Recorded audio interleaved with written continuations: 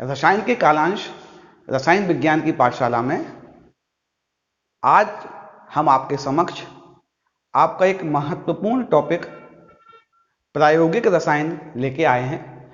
बच्चों, अभी वर्तमान परिस्थितियों में इस प्रकार प्रतीत होता है कि आपकी प्रैक्टिकल कक्षाएं भी आगे सामान्यतः नहीं चल पाएंगी। आपको प्रैक्टिकल तो करना ही है, कक्षा 12वीं के बच्चों को प्रैक्टिकल करना अनिवार्य है।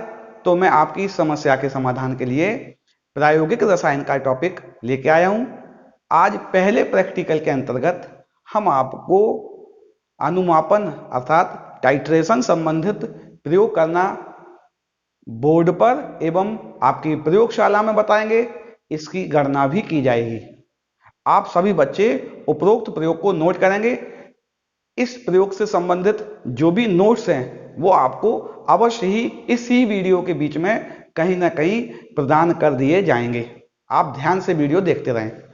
हमारा पहला प्रयोग है कि हमें N/20 नॉर्मलता का फेरस अमोनियम सल्फेट का मानक विलयन बनाना है और सामान्यतः मानक विलयन हम 250 ml आसुत जल में बनाएंगे। इस मानक विलयन की सहायता से हम हमारे अज्ञात सांद्रता वाले पोटेशियम परमैंगनेट विलयन की नॉर्मलता एवं ग्राम प्रति लीटर में सांद्रता ज्ञात करेंगे। बेटा, सबसे पहला काम हमें मानक विलयन बनाना है। क्या बनाना है बच्चों? मोहर लवण अर्थात FeSO4 NH4 का होल ट्वाइस SO4 .6H2O का हमें मानक विलयन बनाना है। इसका क्या बनाना है बच्चों में? इसका मानक विलयन बनाना है। इसके लिए हमें इसकी मात्रा चाहिए पड़ेगी, वो हम इस सूत्र से निकाल लेंगे, EnV/1000। निकाल के देखते हैं भाई।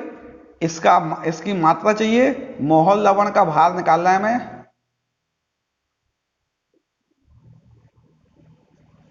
मोहर लवण का भार W बराबर E, यानी कि इसका तुल्यांकी भार होता है 392। N इसकी नॉर्मलता कितनी है बच्चों? किसमें बनाना है? 1/20 और हमें 250 ml पानी में बनाना है बटे 1000। इसको जब हम सॉल्व करेंगे बेटा, आपका आंसर आएगा 4.9 ग्राम इन 250 ml। 250 ml में हमें इतना फेरस अमोनियम सल्फेट मिलाना पड़ेगा इसका मानक विलयन बनाने के लिए। आइए हम मानक विलयन कैसे बनाएंगे। पहले हम एक बीकर लेंगे।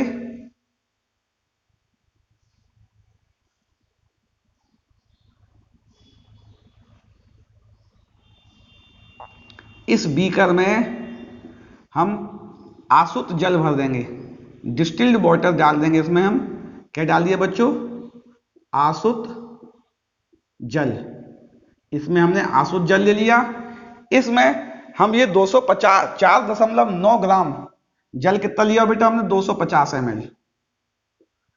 इसमें 4.9 ग्राम मोहर लवण इसमें हम डाल देंगे। कितना बच्चों? 4.9 ग्राम, जो कि हम वेइंग मशीन से तौल लेंगे।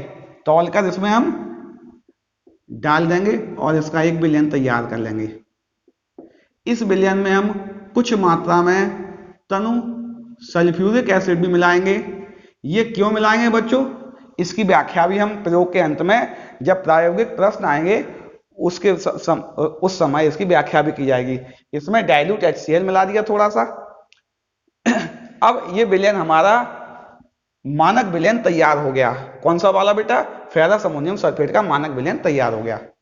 अब हमें इस मानक विलयन की सहायता से पोटेशियम परमैंगनेट की सांद्रता निकालनी है, यानी कि ज्ञात विलयन की सहायता से अज्ञात विलयन की नॉर्मलता और सांद्रता ज्ञात करने की विधि ही हम अनुमापन कहलाती है। अनुमापन क्या हुई बेटा? वह विधि जिससे हम मानक विलयन की सहायता से अज्ञात विलयन की नॉर्मलता व सांद्रता ज्ञात करेंगे, उस विधि को हम अनुमापन कहेंगे। अर्थात हमें क्या करना है? अब हमें फेरस अमोनियम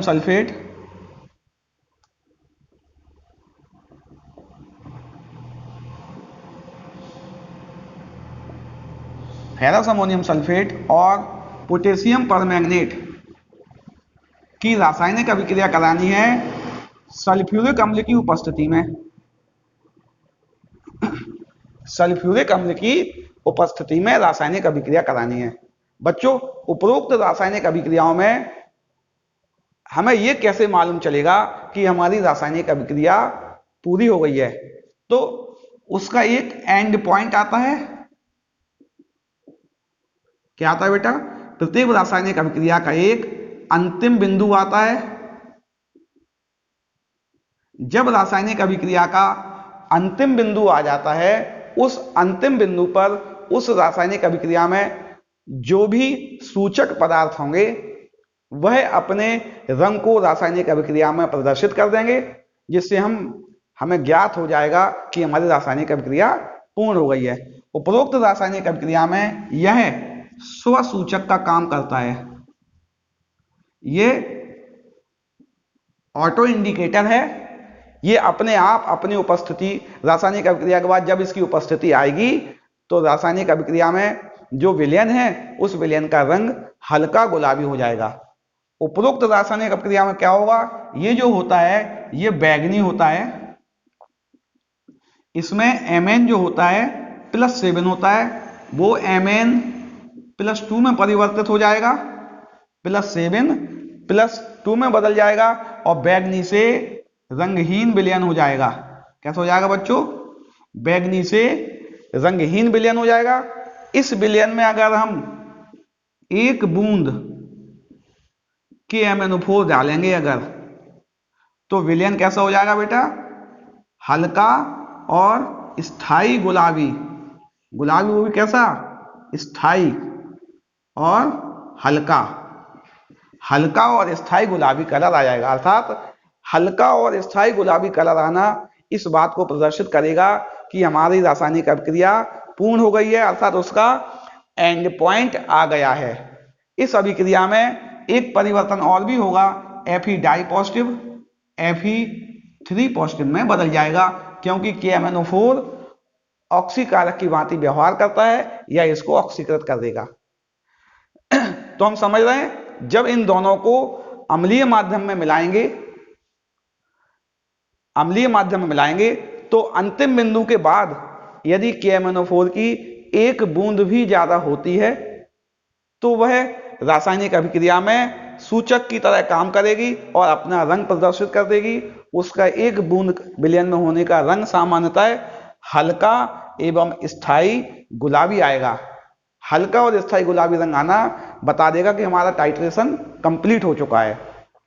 अब बच्चों में यह जानने का प्रयास करते हैं कि अम्लीय माध्यम में उपरोक्त दोनों किस प्रकार की रासायनिक अभिक्रियाएं करते हैं। इसको इसलिए मिटाया जा रहा है बेटा, इसके नोट्स आपके समक्ष प्रस्तुत कर दिए जाएंगे, आप उन नोट्सों से लिख सकते हैं, या तो आप केवल समझना है आपको।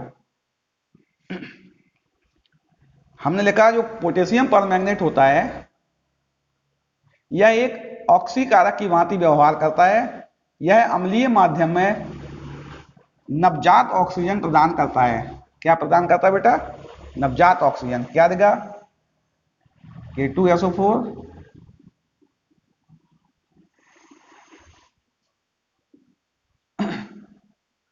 3 ले लो इसको बैलेंस करने के लिए बेटा, और 3 H2O बन जाएंगे।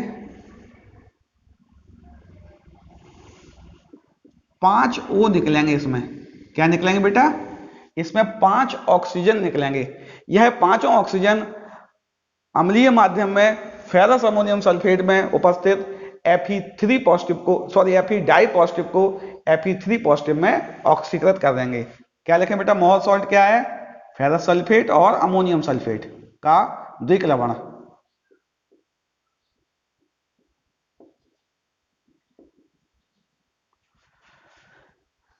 ये जो ऑक्सीजन है, 5 क्यों लिखे? 5 बाद में लिखेंगे बेटा।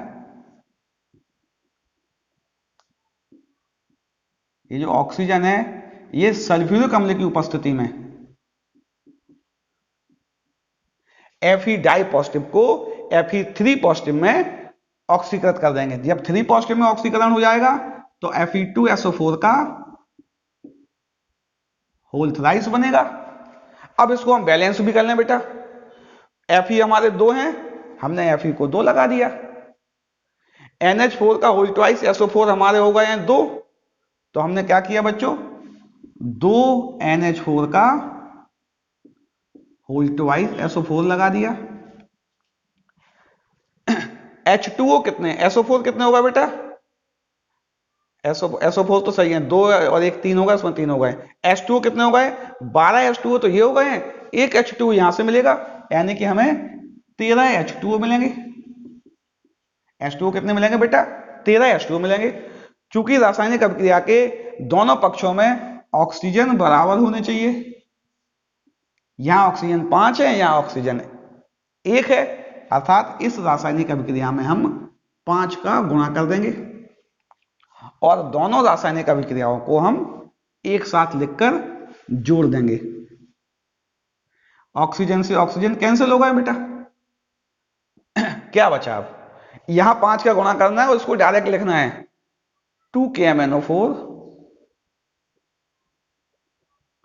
लिखते जाए बेटा, ये हो गया 2KMnO4 प्लस एक, इसको लिख दें अब, कितना है ये, 5 का गुणा भी करना है, यानी कितना है 10 FeSO4 डॉट NH4 का whole twice SO4 dot 6H2O, ये भी लिख दिया हमने भाई। अब H2SO4 की बात कर लें, 3 तो ये है, 5 यहां आएंगे, यानी कितने हैं बच्चों, 8 H2SO4 है। आगे बढ़ते हैं, K2SO4 डायरेक्ट है, लिख दिया K2SO4, यानी ये कैंसिल हो गया। इसी क्रम में लिख दे चलते बेटा MnSO4 2MnSO4, इसी क्रम में लिख दे रहा बेटा है ना। अब इसके बाद इसके आ जाओ, Fe2SO4 का होल ट्वाइस 5 हो गए हैं, 5 Fe2SO4 का होल थ्राइस, 5 का गुणा है ना इसमें बेटा, प्लस ये 5 का गुणा करके 10 हो गए हैं, 10 NH4 का होल ट्वाइस SO4, और ये हो गए हैं 13 पंचे 65 और 3 68 H2O। अर्थात जब भी ferrous ammonium sulphate potassium permanganate से रासायनिक अभिक्रिया करेगा अम्लीय माध्यम में, तो निम्न अभिक्रिया होगी। इसमें मुख्यतः 2 चेंज होते हैं, यहां Mn+2 हो गया जो कि रंगहीन होगा, और यहां Mn+7 था जो कि बैगनी था, एक ये चेंज हो रहा है। और Fe जो है वो +2 से Fe+3 में बदल रहा है, +2 से +3 में ऑक्सीकृत हो रहा है, और ये रंगहीन से, ये बैगनी से रंगहीन हो रहा है। बेटा इस रासायनिक अभिक्रिया को एक बार इसी क्रम में नोट कर लो आप, और फिर आगे की रिएक्शन समझाई जाएगी।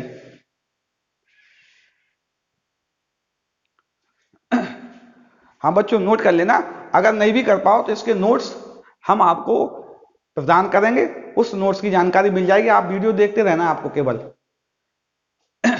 तो ये प्रश्न हो गया बेटा। अब हमें क्या करना है, हमें इस पूरे प्रकरण को जो हमने समझा है इसकी जानकारी हमें प्रयोगशाला में करनी है बेटा, है ना, कि हम प्रैक्टिकल कैसे करेंगे।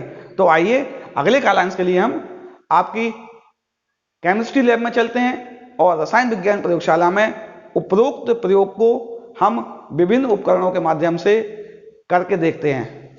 इसके बाद इससे संबंधित गणनाएं भी की जाएंगी।